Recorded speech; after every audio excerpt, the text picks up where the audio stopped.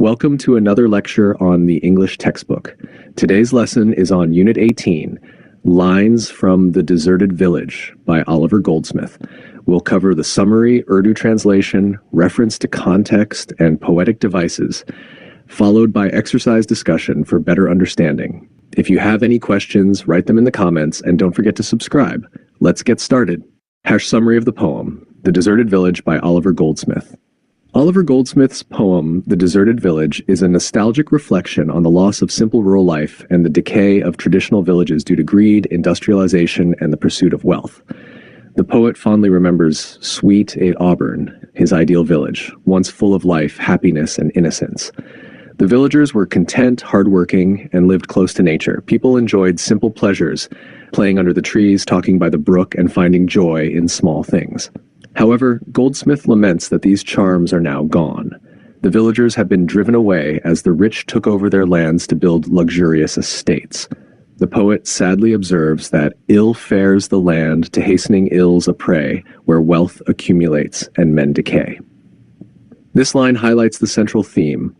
The growth of wealth and materialism leads to the downfall of humanity and moral decay.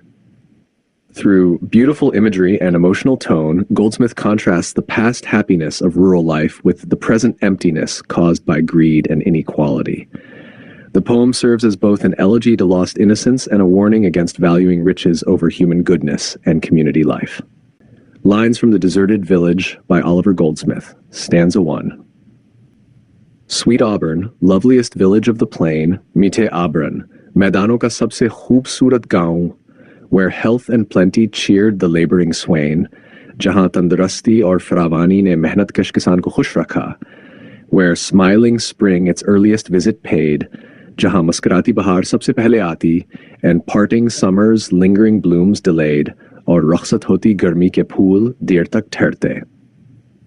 Dear lovely bowers of innocence and ease, masumiyat or sukoon ke pyare maqamat, seats of my youth, when every sport could please. Mere bachpan ki jagah, jahan har khel khushi deta tha. Reference to the context, 1 to 6 lines. These lines have been taken from the poem The Deserted Village, written by Oliver Goldsmith. They appear in the opening part of this pastoral elegy, where the poet fondly recalls his native village, Sweet Auburn. Explanation: the poet recalls his village as a symbol of peace, purity, and contentment.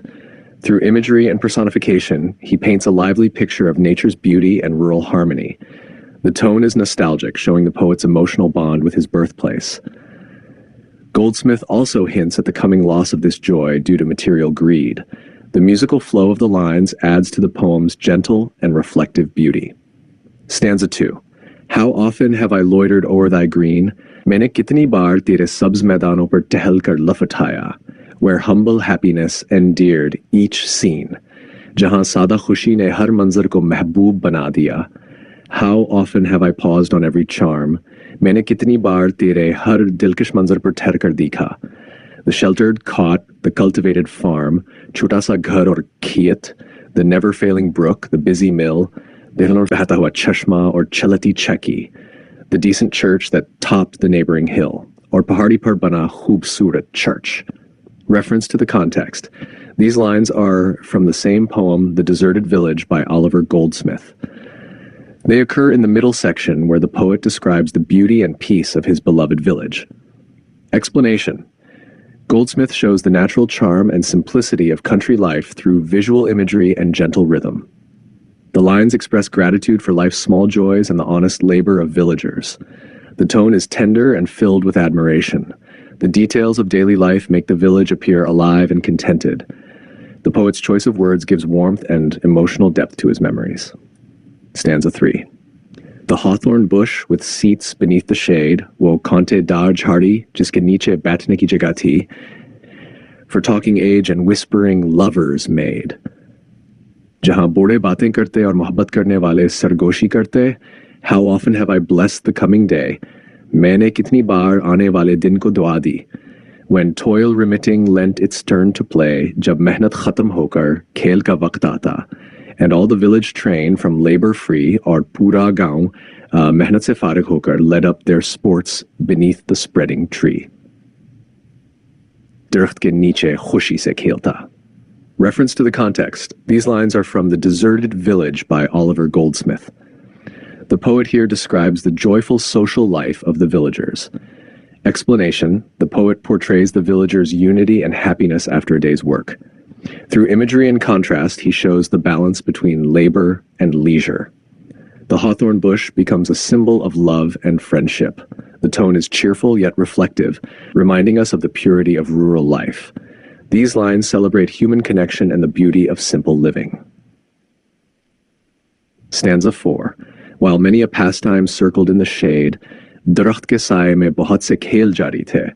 The young contending as the old surveyed, Naujawan khel rahe the aur bode dekh rahe the, and many a gamble frolicked o'er the ground, Zameen par khushi se doudne wale bache, and sleights of art and feats of strength went round, Taakat aur fun ke muzahire ho rahe the, and still as each repeated pleasure tired, jab ek khel khatam hota, to dusra shuru ho jata, succeeding sports the mirthful band inspired, aur khushiyon ka silsila chalta rehta. These lines occur in the same nostalgic description of village merriment in The Deserted Village by Oliver Goldsmith. Explanation. The poet gives a lively picture of villagers enjoying games under the shade of trees. The rhythm and repetition reflect the continuous joy and movement. Alliteration adds musical flow, enhancing the festive mood. The lines celebrate harmony across generations, old and young together in laughter. The overall effect is warmth, unity, and peace. Stanza 5. These were thy charms, sweet village. Sports like these, ye thien teri khubiyan, pyare gaon, aise khel, with sweet succession taught even toil to please. Jinhone mehnat ko bhi khushi mein badal diya. These round thy bowers their cheerful influence shed. Ye khushiyan tere irda-gird pheli rehti thi. These were thy charms, but all these charms are fled. Ye thien teri khubiyan, magar ab ye sab khatam ho chuke hain.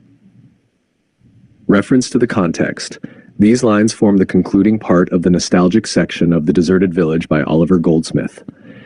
Explanation. The poet mourns the loss of village beauty and peace. The contrast between past joy and present sorrow creates deep emotion. Repetition of charms emphasizes the value of lost happiness. The tone changes from affectionate to mournful, expressing the pain of change. The poet's words evoke sympathy and reflection on the impact of greed and progress. Stanza 6. Ill fares the land to hastening ills a prey, wo mulk barbad ho jata hai jo teezi se baraiyon ka shikar ho, where wealth accumulates and men decay. Jahan daulat badhti hai magar insaniyat mar jati hai. Princes and lords may fade. Shehzade aur imra aruj par aate hain aur zawal pazir hote hain.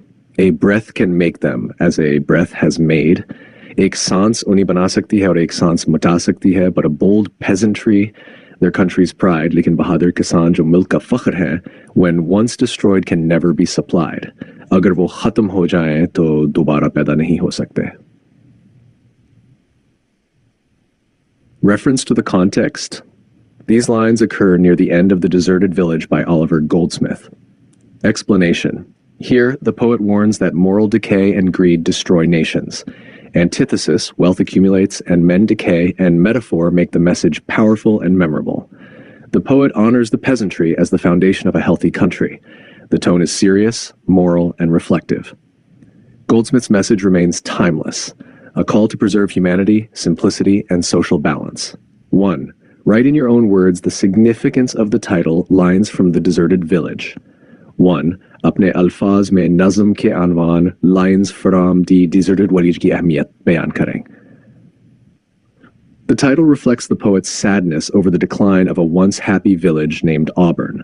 It shows how the village, once full of life and simple joys, has become deserted because people have left due to greed, luxury, and social change. The title suggests both nostalgia and criticism of social injustice. 2. Describe in your own words the picture of the village portrayed by the poet in first 6 lines of the poem, Lines from the Deserted Village. अपने अल्फाज में इन 6 इब्तदाई मसरों में शायर के पेश करदा गाँव का मंजर बयान करें. In the first 6 lines, the poet paints a beautiful and peaceful picture of Auburn. It was a lovely, healthy, and prosperous village where hardworking villagers lived happily. Nature blessed it with beauty. Spring and summer made it cheerful and full of life. The poet recalls it as a place of innocence, comfort, and joyful youth. What does the poet mean by the following words and phrases? Three shair ka mandarja zeel alfaz or faqarat se kya matlab hai? Loitered over thy green, walked slowly and pleasantly over the green fields of the village. B. Talking age, the old people sitting and talking together. C. Seats of my youth, the place where the poet spent his childhood days. D. The village train, the group or crowd of villagers, especially during festivals or games. 4. What verse form has been used by the poet in the poem Lines from the Deserted Village? Also tell what's its rhyme scheme. Shair ne nazm Lines from the Deserted Village mein kaun sa sheri andaz istemal kiya hai? Iski kafiya bandi bhi bataएं. The poem is written in heroic couplets, which means pairs of rhymed lines in iambic pentameter. Rhyme scheme AA, BB, CC, DD, and so on. 5. Explain the following couplet. Darjzil shor ki wazahat kare. Ill fares the land, to hastening ills a prey, where wealth accumulates and men decay. Close quote. Explanation. The poet laments that a country suffers when riches are gathered in the hands of a few, while the moral and physical condition of the people worsens. As greed and luxury grow, humanity and simple rural life decline, leading to the nation's ruin. 6. Give an example of alliteration from the poem Lines from the Deserted Village. 6 nazm Lines from the Deserted Village se alliteration ki ek mithal de. Example. The bashful virgin's sidelong looks of love. Here, the repetition of the sound L in long, looks, and love is an example of alliteration. Writing suggestion. Why does the poet call the peasantry class as the pride of the country? Explain in your own words. शायर किसान तबके को मुल्क का फख्र क्यों कहता है? अपने अल्फाज में वजाहत करें. The poet calls the peasantry the pride of the country because they are hardworking, honest, and form the backbone of the nation's economy. They produce food, maintain the land, and live a simple, virtuous life. Their destruction means the loss of national strength and moral purity, which no wealth or nobility can replace. Vocabulary and grammar. A. Replace each underlined word with a synonym from the words listed below. Words below: glad, ill, hilarious, price, bright, error, thief, plump, blend, clean, aqua. 1. His uncle brought a birthday gift wrapped in red paper. Present. The fat cat could barely climb up the tree. Plump. 3. My teacher was happy to see me. Glad. 4. The painting had brilliant shades of blue. Bright. The dog curled up under the table. Below. 6. My dad knows a lot of funny jokes. Hilarious. 7. The burglar stole the diamonds and gold. Thief. 8. I went home early because I felt sick. Ill. 9. You will need to mix the eggs and flour. Blend. 10. The cost of the toy was too high. Price. 11. The fisherman stared out at the blue waters. Aqua. Max made a mistake on his math test.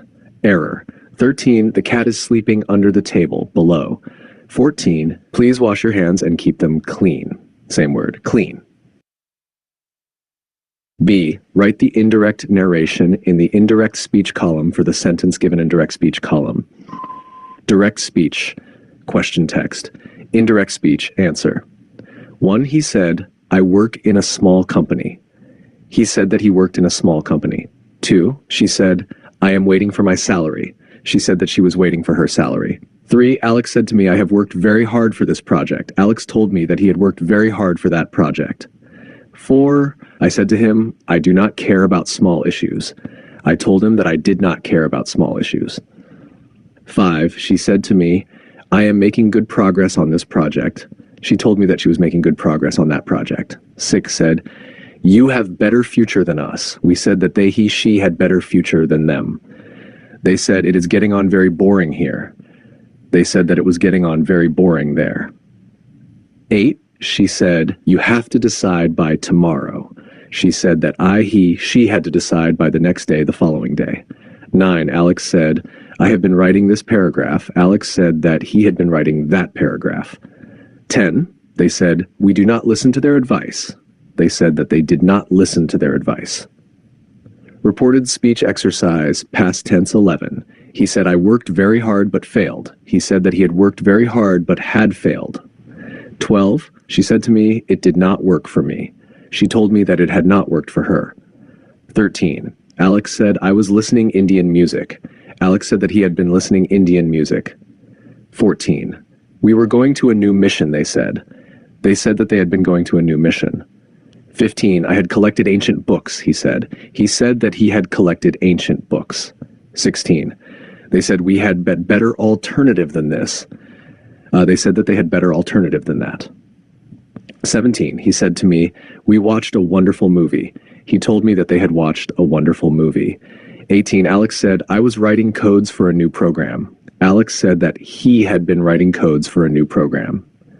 19. She said to him, I had no intention to marry you. She told him that she had no intention to marry him. 20. He said, I wasted my time after her. He said that he had wasted his time after her.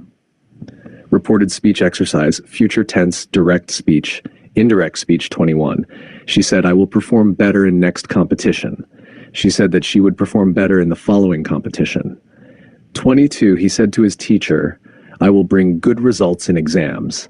He told his teacher that he would bring good results in exams. 23. She said to mother, I will bring good name to you. She told mother that she would bring good name to her. 24. Alex said to Mark, I will be waiting for you at the main gate.